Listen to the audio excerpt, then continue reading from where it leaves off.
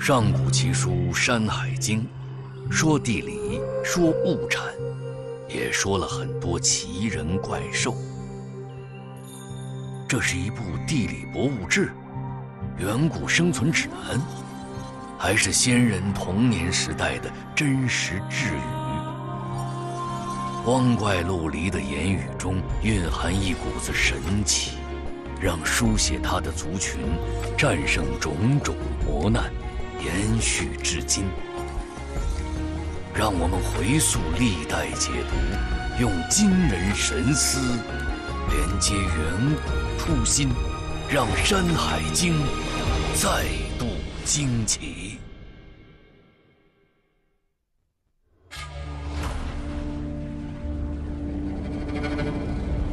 古老的东方大陆，先民是如何认识这块土地的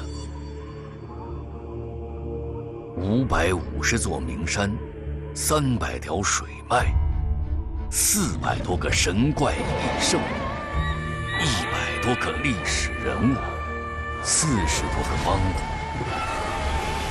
上古奇书《山海经》洋洋洒洒31000多字，以地理方位、山川走势作为结构，去统析千奇百怪的神异幻象。这种独具一格的成书形式，以及呈现出的自由感、神秘感和神奇感，让后续研究者叹为观止。最为惊奇的是，他以新鲜粗野而又异想天开的灵魂，去猜测山海天象、自然万物的秘密。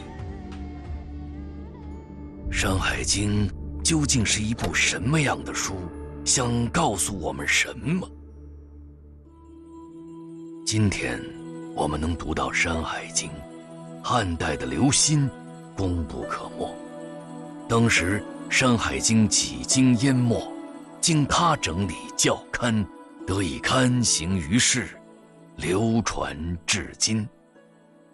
其实我们的很多神话，它都是远古流传、口口相传下来的。然后呢，到了一定的时候，可能被记录下来，成了书，是这样子的。所以它包含了非常丰富的远古的信息。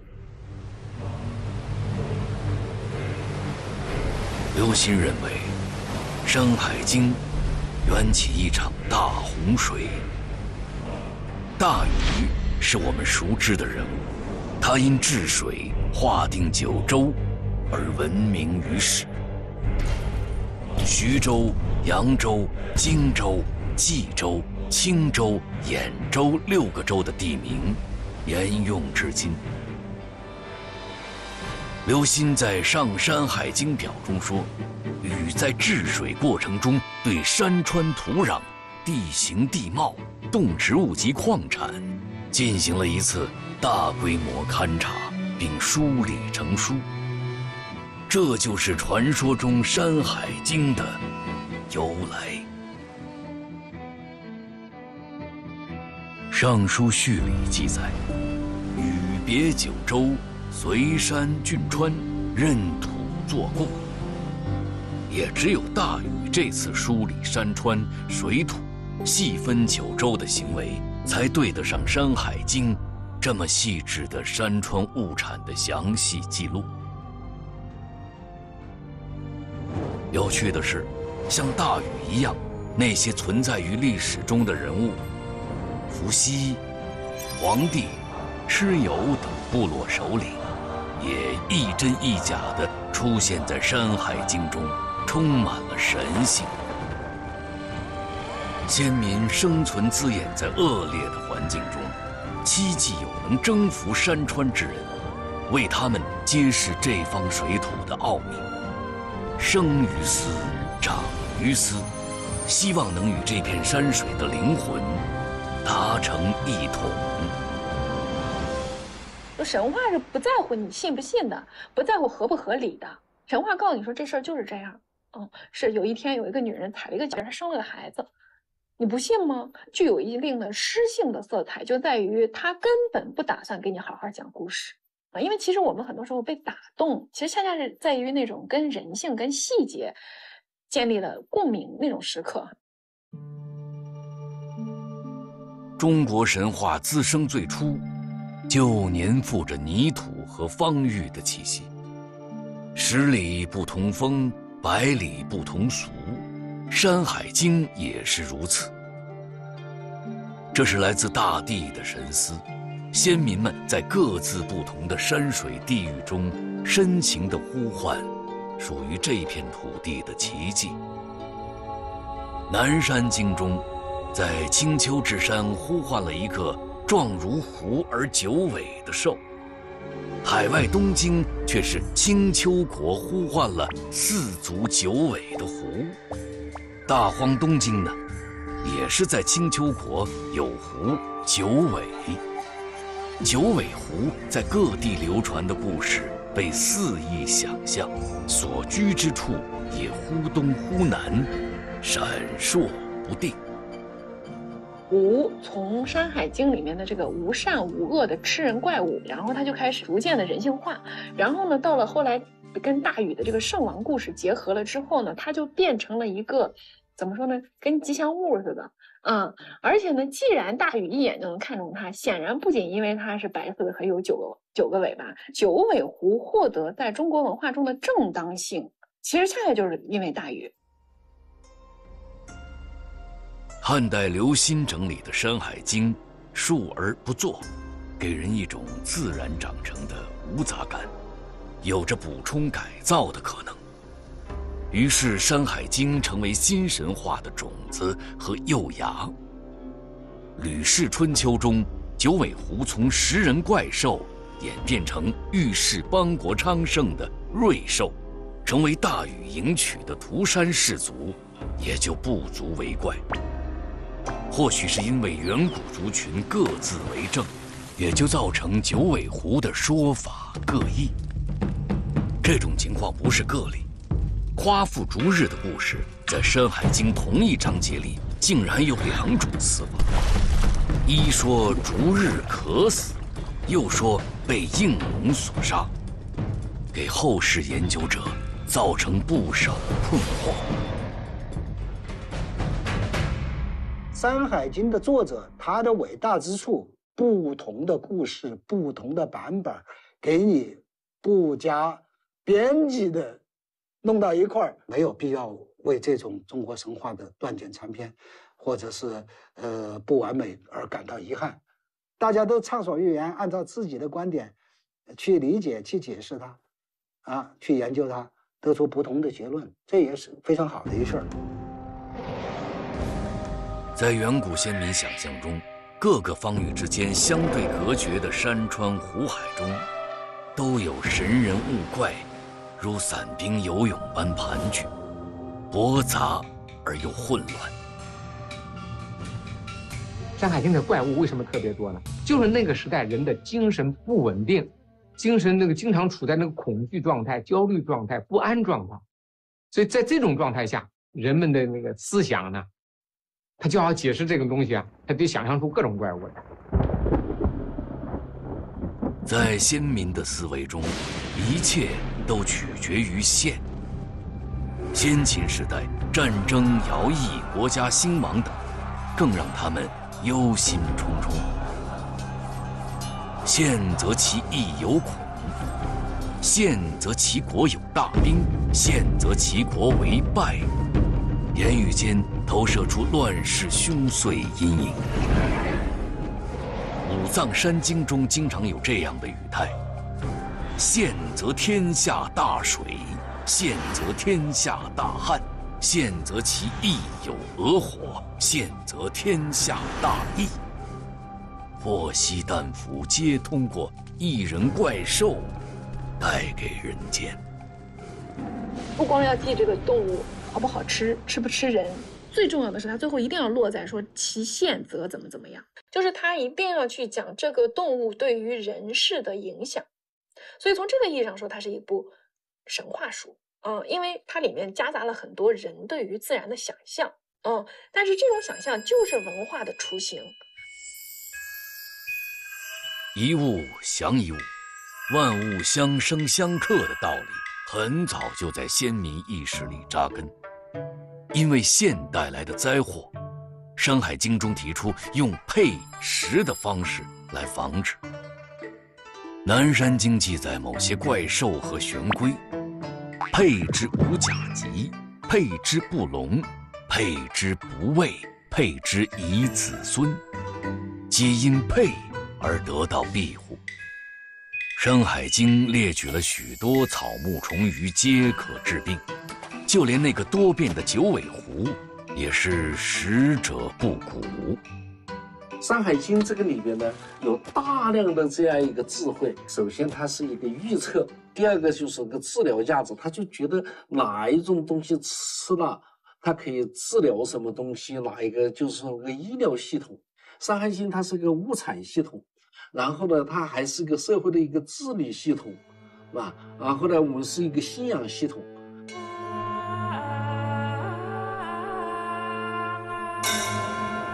一个信仰系统的产生，最早是通过祭祀仪式求取的。《山海经》对山神的祭祀仪式做了非常详实的记录。后世夏商周大规模出土的青铜礼器，就是这种祭祀活动的延续。历经演变，《山海经》中那些神异怪兽的形象，逐渐出现在青铜礼器上。羊身人面，目在腋下，虎齿人爪，阴如婴儿的食人咆哮，也演变成4大凶兽之一的饕餮，成了贪婪的象征。咆哮变成饕餮，夸父的手杖竟然化作桃林。在这块神奇的土地上，先民们用生与化解释万物的由来。黄帝生骆鸣，骆鸣生白马，白马是为滚。这就是《山海经》里生的概念。《山海经》又说，女娲之长化为神，这是化的概念。化比生更加奇幻，它不是肉体的传代，而是精魂的转介。中国神话是借助化生来创造世间万物的。它的那个化还不光是生育的意思，可能和神话里最常见的母题之一，就是化生化育的母题应该是相关的。它的神格很明确，就是它是化万物的，化生人类的这个始母或者是创世的大神这样一个形象啊。从生到化，想象达到了极致。先民将洋溢野性的情感与想象投射在万物上，一切可见的、不可见的都可以互相转化、移植、嫁接，都是宇宙巨流中可以相互交融的实体。东方大陆仿佛就是一幅生命流动的山河生灵图。神话思维其实是一种灵性思维，就万物有灵的思维。这种思维呢，就是大地与天空之间可以交流，那么鸟和鱼之间可以沟通，人与神之间可以沟通。古人很善于比喻，我不可能说他这个眼睛、鼻子、衣服、脚、手势，然后呢，这个全部给你描述一遍，那这多费事啊！所以一般都会采取一个大略的这个最大的形象像什么，然后呢和这个形象区别的地方，然后再加以描述，这个形象就完成了。《山海经》异人怪兽的组合方式由此展开：人面兽身、人面鸟身、人面鱼身、人面蛇身。当先民们把鸟兽鱼蛇称为人面时，自己的情感、灵性和精神也都移植过去了。有多兽合为一体的亚语，龙首状如牛，人面马足；有夸大体型的八蛇，八蛇吞象的成语就出自《山海经》。吞食大象来反衬蛇之大，消化3年来反衬蛇之长。我吃过最大的蛋糕，比这个楼房还要大，比3个楼房还要大。然后你就看那个小孩子去吹牛的这个过程，实际上就是人类早期思维的一个模型。如果一个完全局限于自己所见的东西的人，他怎么去想象宇宙呢？有兽壮如牛而3足，壮如羊，一角一目，目在耳后。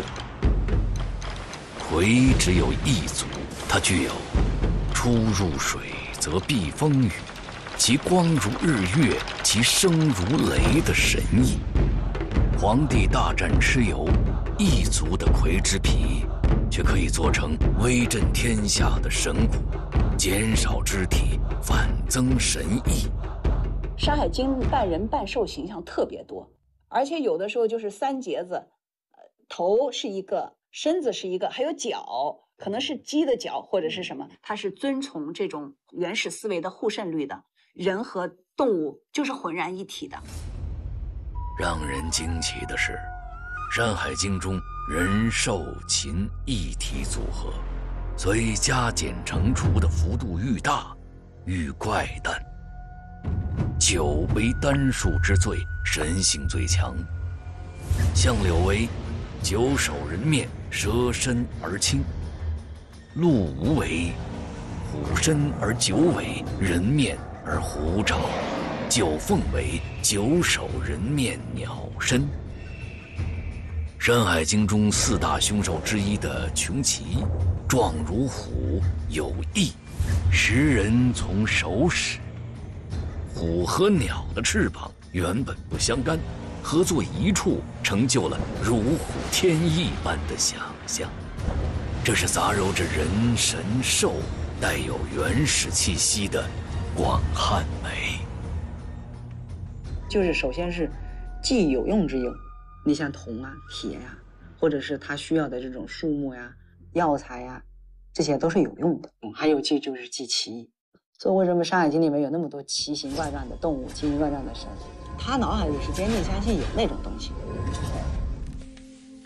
《山海经》分为山经、海经，山经里多为怪兽的一体同构，而海经却在此基础上遵循着2元对应的原则，凭着1分传闻、9分幻想的海外大荒世界，有大人国就有小人国，有长臂国就有长骨国，有3手国就有3身国。凡你之不足，我之有余，相互掩映，谐趣盎然。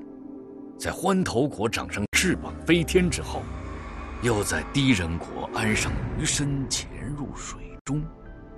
这些互为对应的奇思妙想，是人对自我的神话式超越。中国人在思维结构里面奠定了这样一种，比如说有阴必有阳，然后他们互相之间会转化然后他们之间是一种既对立又转化的这种关系。到了海荒经以后，人就压根就插不进脚。他这个多维度的，有些这个认知都已经跳出了这个我们，更多是跳出我们这个现实的认知的。凡是越是这个争议大，或者是他描述越野性的这种材料，反而可能更竞争、更禁锢。一切皆有可能，天地万物皆可互相转化。《山海经》竟然把人间的历史与日月由来嫁接在一起。羲和生下10个太阳，她是帝俊的妻子。帝俊的另一个妻子长羲生了12个月亮。10日12月的父亲帝俊是中国神话里非常有名的天帝，他在人间的子孙也非常繁茂。他第3个妻子娥皇生下了3身之人，居住在不停之山，吃鼠骨充饥。他的另一个后代中戎之国的人驯服了豹、虎、熊、罴4种动物。帝俊的儿子后稷发现了白骨，孙子叔君学会了耕种，义军是个能工巧匠，发明了各种农具。曾孙番禺制作出最早的舟船，番禺的孙子吉光造成了最早的木车。在所有这些记载中，依稀可以领会到帝俊是8个部族所推崇的始祖。这8个部族流传的神话，甚至把日月也看作始祖的后代，流露出天地一家亲的人伦亲和。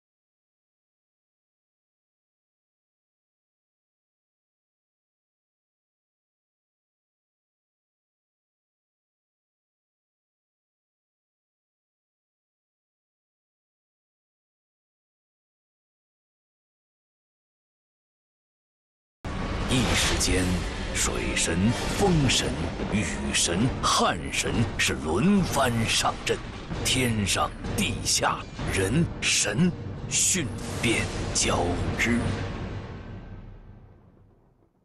这就是《山海经》的魅力，以碎片化的形态保有原始野性，又以宏大的方位思考着山川湖海物种的异同，猜想着天体生成和人间的历史，描绘着战争与英雄。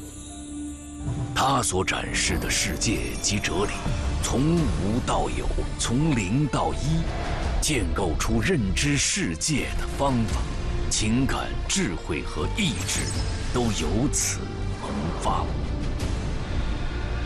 它是一本神话书，宏淡迂夸，奇怪倜傥；是一本博物志，弥罗万类，囊括有无。